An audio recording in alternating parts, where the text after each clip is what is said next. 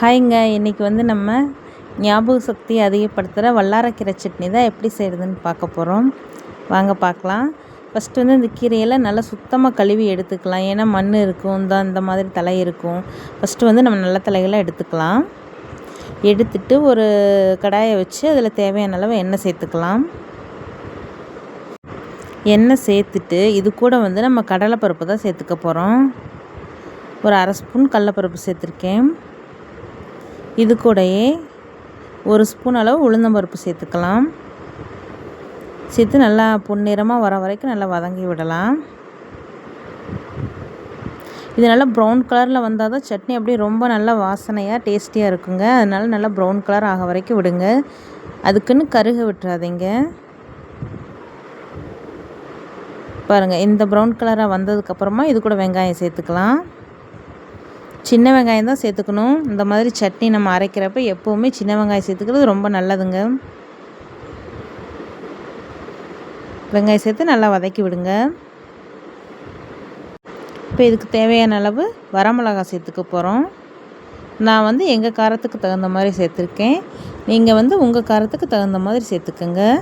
அது கூட ஒரு 10 பல் பூண்டு சேர்த்து வதக்கிக்கலாம்.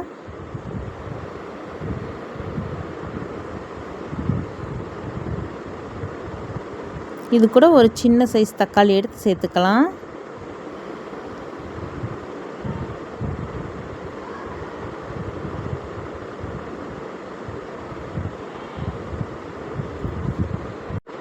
எல்லாமே வந்து நல்லா வதங்கட்டும். இப்போ வந்து தக்காளி வதங்கிறதுக்கு தேவையான அளவு உப்பு சேர்த்து ஒரு கிளறி விட்டுக்கலாம்.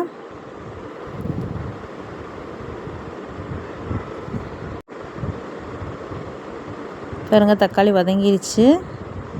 இதை அப்படியே ஆஃப் பண்ணி எடுத்து வச்சுட்டு திரும்ப இன்னொரு பேன் எடுத்து அதில் நல்லா தேவையான அளவு எண்ணெய் சேர்த்துக்கிட்டு கீரை தனியாக நம்ம சட்னிக்கு வெங்காயம் மிளகா இதெல்லாம் தனியாக தான் வறுத்தரைக்கிறோம். அப்போ தான் கீரை நல்லா வதங்கினா தான் நல்லாயிருக்கும் சட்னிக்கு. இப்போ நல்லா எண்ணெய் சூடானதுக்கப்புறமா கொஞ்சம் கொஞ்சமாக வல்லாரக்கீரையை சேர்த்து நல்லா வதக்கிக்கலாம். கீரை வந்து எவ்வளோ நல்லா வதங்குதோ அவ்வளோ நல்லாயிருக்கும்.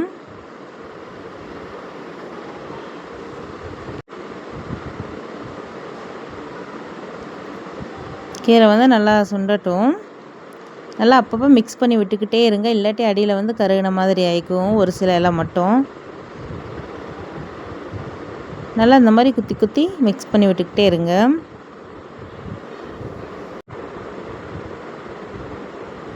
பாருங்கள், ஓரளவுக்கு நல்லா வதங்கிக்கிச்சு. அவ்வளோதாங்க. ஒரு 2 நிமிஷம் இருந்து ஆஃப் பண்ணிடலாம். ஆஃப் பண்ணி ஆறுனதுக்கப்புறமா நம்ம வெங்காயம் தக்காளி மிளகா வதக்கி வச்சுருக்கோம்ல, அதையும் கீரையும் ஒன்றா சேர்த்து மிக்ஸி ஜாரில் கொரப்பாக அரைச்சி எடுத்துக்கலாம். அவ்வளோதாங்க, நம்ம வல்லாரக்கீரை சட்னி ரெடி ஆகிடுச்சு. பாருங்கள், சாப்பாடு தோசை கூட வச்சு சாப்பிட ரொம்ப நல்லாயிருக்கும். கண்டிப்பாக ட்ரை பண்ணி பாருங்கள். நம்ம சேனல் உங்களுக்கு பிடிச்சிருந்தா சப்போர்ட் பண்ணுங்கள்.